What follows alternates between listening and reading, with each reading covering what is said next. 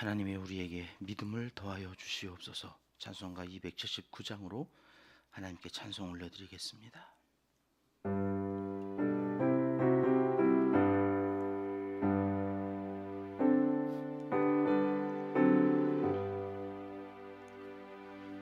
인내하신 구세주여, 내가 비오니 죄인오라 하실 때에 날 부르소서. 주여 주여, 내가 비오니 죄인오라 하실 때에 날 부르소서. 자비하신 보좌 앞에 꿇어 엎드려 자복하고 회개하니 믿음 주소서. 주여 주여, 내가 죄인오라 하실 때에 날 부르소서. 주의 공로 의지하여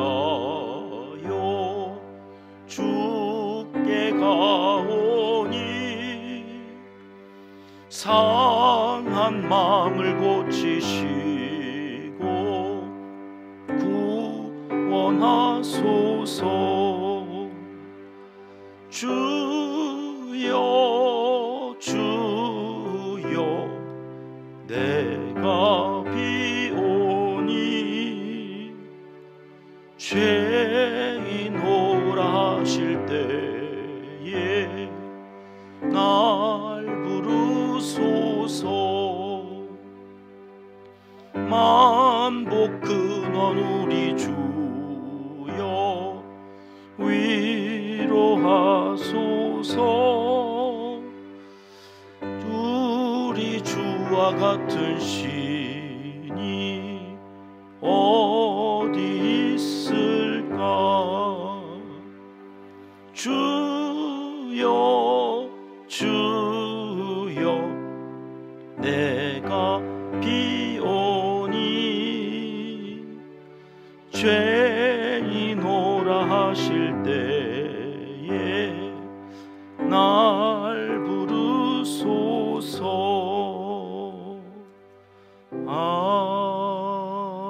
아멘. 이 새벽 주시는 하나님의 말씀은 열왕기상 21장 말씀입니다. 1절과 2절 말씀 함께 읽겠습니다. 그 후에 이 일이 있으니라. 이스라엘 사람 나봇에게 이스라엘의 포도원이 있어 사마리아의 왕 아합의 왕궁에서 가깝더니 아합이 나봇에게 말하여 이르되, 네 포도원이 내 왕궁 곁에 가까이 있으니 내게 주어 채소밭을 삼게 하라. 내가 그 대신에 그보다 더 아름다운 포도원을 내게 줄 것이요, 만일 내가 좋게 여기면 그 값을 돈으로 내게 주리라. 아멘. 한 나라나 또 한 사회에 종교가 타락하면 그 종교가 타락한 것으로 인하여 종교만 타락하고 끝나는 것이 아니라 그것이 이제 사회 문제가 되어진다.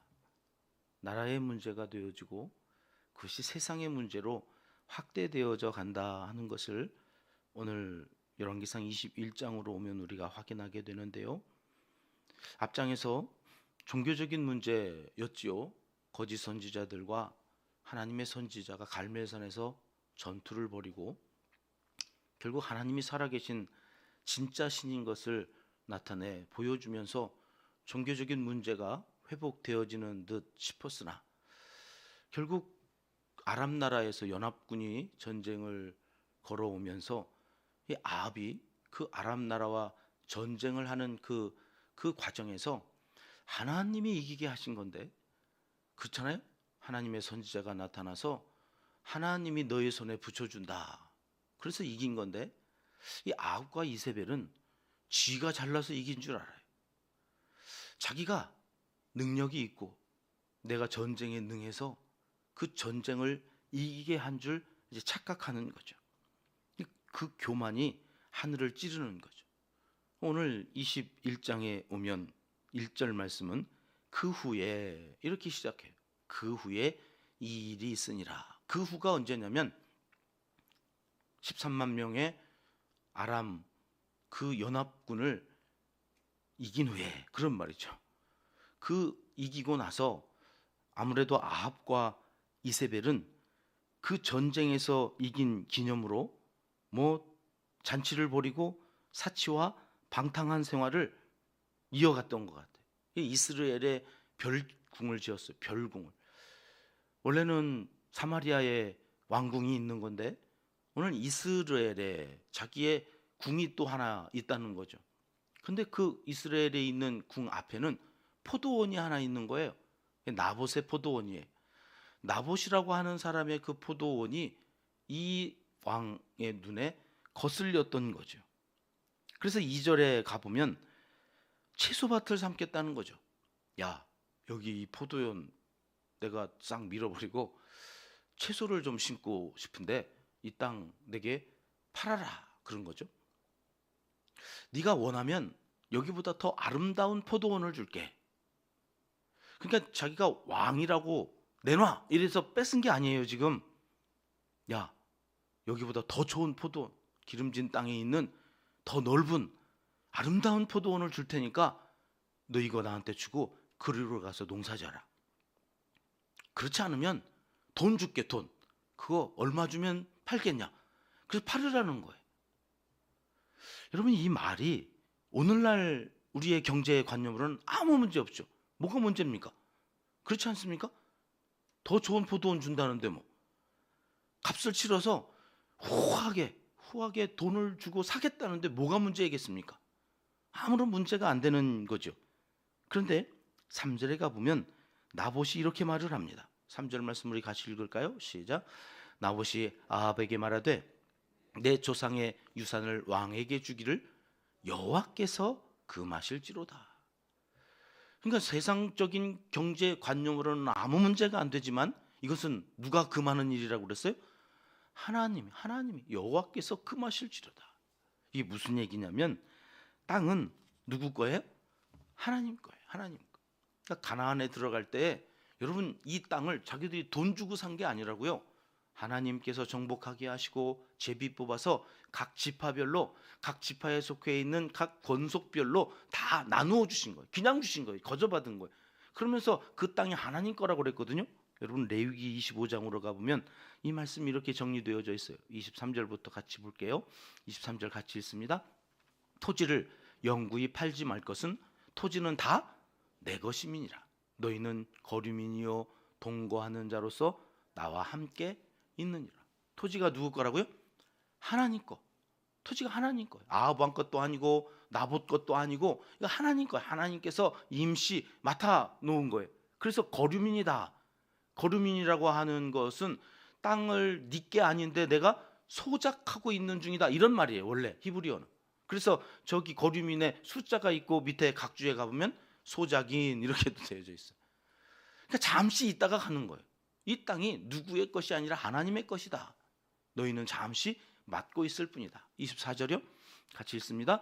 너희 기업의 온 땅에서 그 토지 무리기를 허락할지니 만일 내 형제가 가난하여 그의 기업 중에서 얼마를 팔았으면 그에게 가까운 기업 물을 자가 와서 그의 형제가 판 것을 물을 것이요. 여러분, 기업을 부르다, 땅을 부르다, 우리 이거 어디서 많이 들었죠? 룻기에서 우리 많이 들었던 물은다고 하는 거.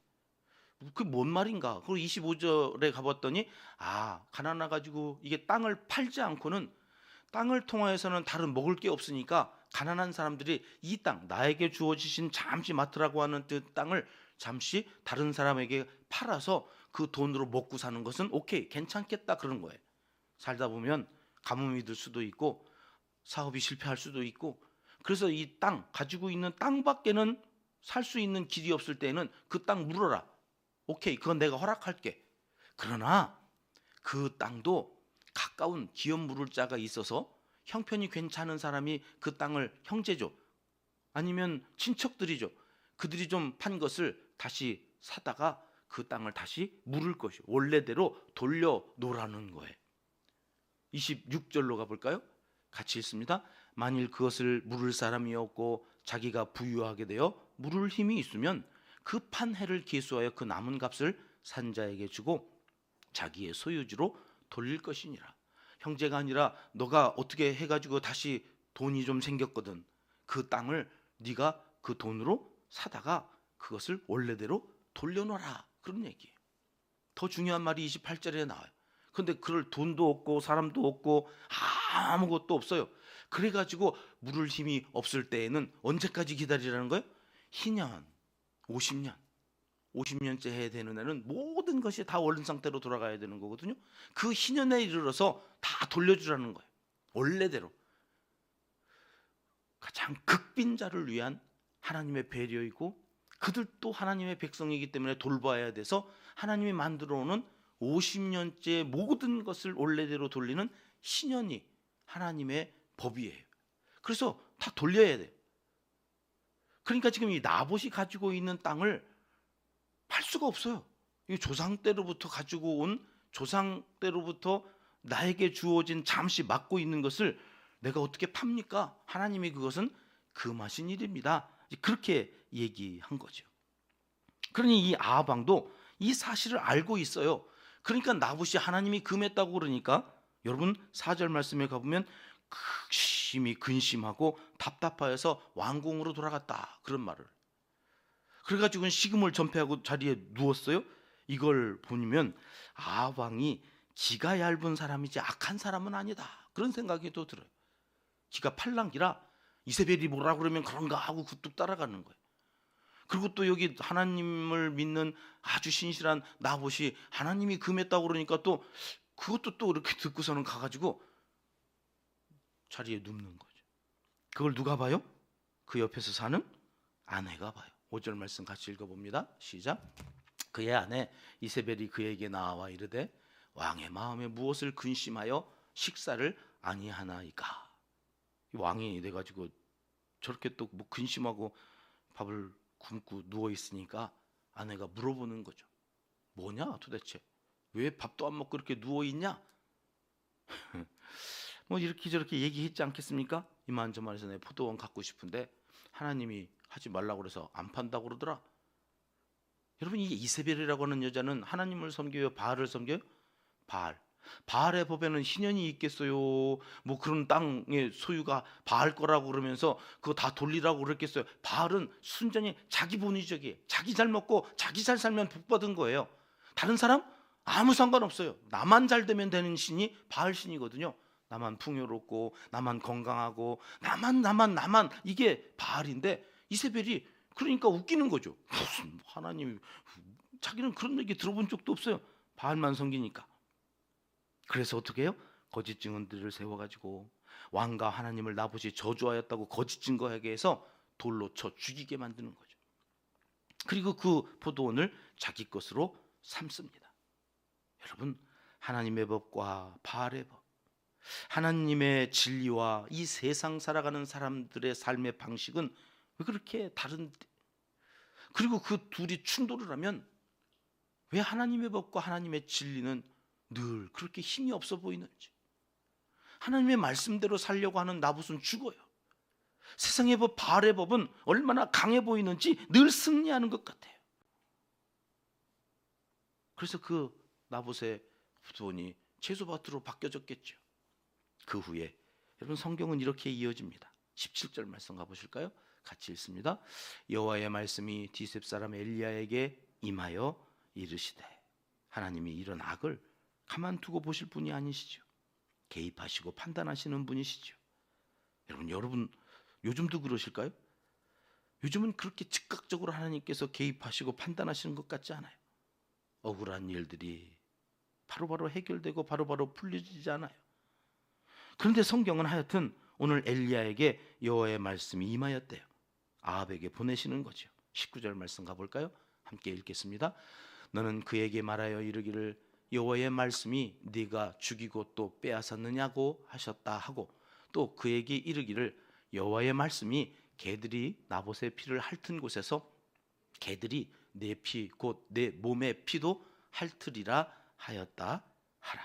엘리야가 말합니다. 여호와의 말씀이 두 번씩이나 강조하면서 하나님의 심판의 말씀을 전합니다. 아합 왕뿐만 아니라 이세벨에게도 이를 그 개들이 너의 살을 찢고 먹을 것이라, 이런 무시무시한 말로 하나님의 마음을 전하자, 여러분 27절에 보면 아합이 이렇게 했답니다. 같이 보시죠.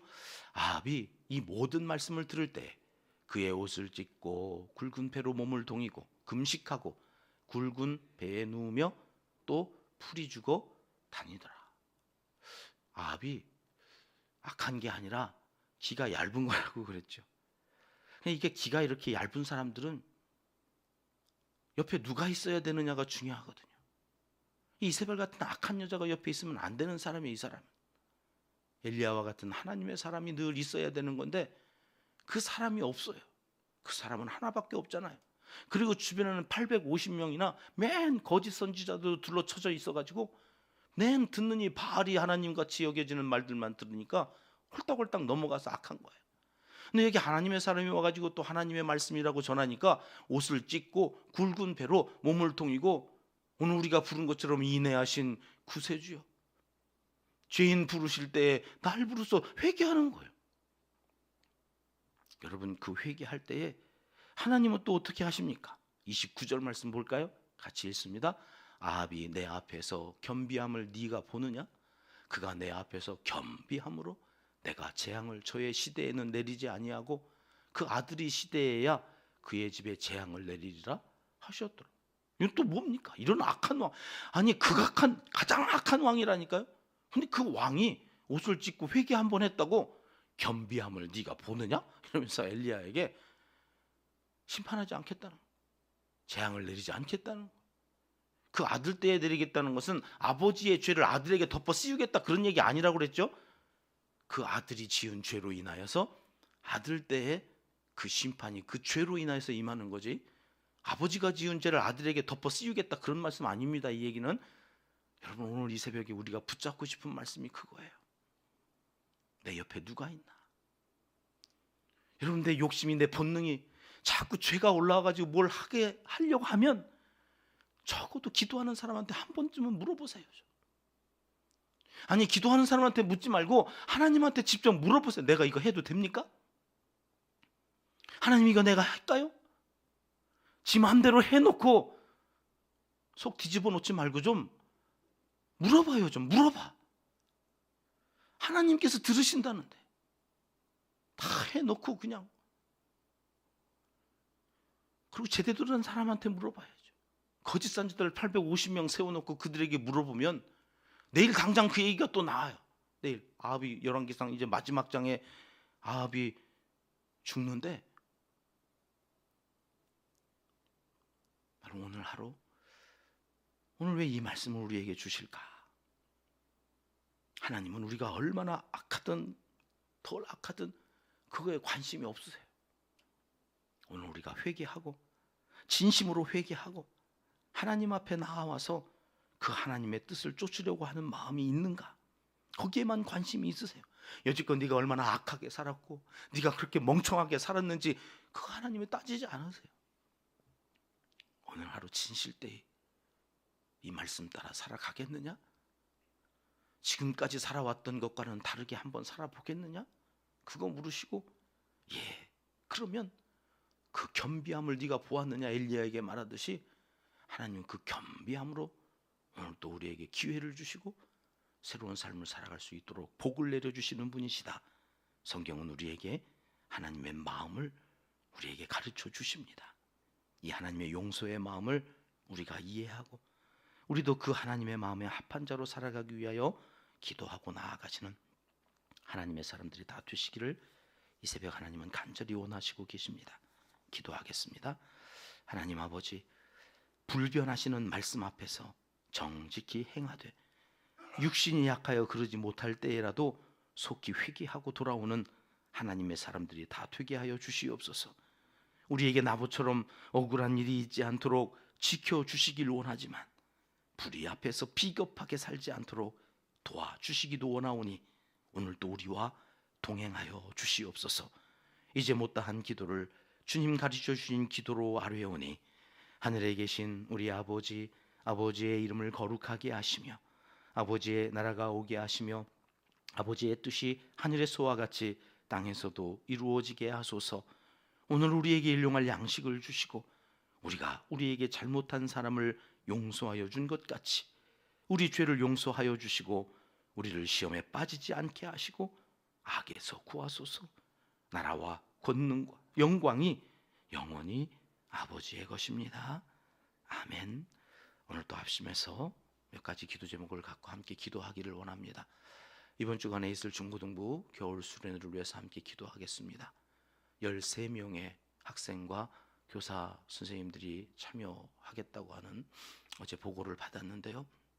하나님, 더 많은 친구들이 갈 수 있었으면 좋겠거니와 참여하는 모든 이들에게 하나님을 인격적으로 예수 그리스도를 만나 새로운 결단을 하고 내려올 수 있는 기회가 되게 해달라고 온 교회가 기도합시다. 다음 세대 젊은이들이 사라져가는 한국교회, 다윗과 같은 사람, 엘리야와 같은 사람을 일으켜 세워주시기를, 여기에 모이는 천국에 있는 모든 청소년들이 새로워지는 수련회가 되게 해달라고 우리 눈물 뿌리며 합심해서 기도하십시다. 우리의 첫 번째 비전입니다. 감동과 감격이 넘치는 예배 공동체가 되게 하소서. 우리 교회 모든 예배가 성령이 역사하시는, 임재하시는 예배 시간이 되어지기를 위해서 기도해 주십시오. 한국 교회와 목사님들, 장로님들, 지도자들을 위해서 이 시간 기도해 주십시오. 온 성도님들의 일터와 사업장, 생업을 위해서 기도해 주십시오. 선교사님, 농촌교회, 개척교회, 특별히 우리 교회가 돕는 많은 영적인 리더들을 위해서 이 시간 기도해 주시고요. 환우들을 위해서 기도합니다. 교회의 마음이 아파 눈물 흘리며 괴로워하는 많은 사람들, 오늘 이 새벽에 여기서 기도할 때 찾아가셔서 위로하시고 만져주시고 육신의 연약함까지도 다 회복시켜 주시는 은혜가 있기를 위해서 시간 함께 기도하겠습니다.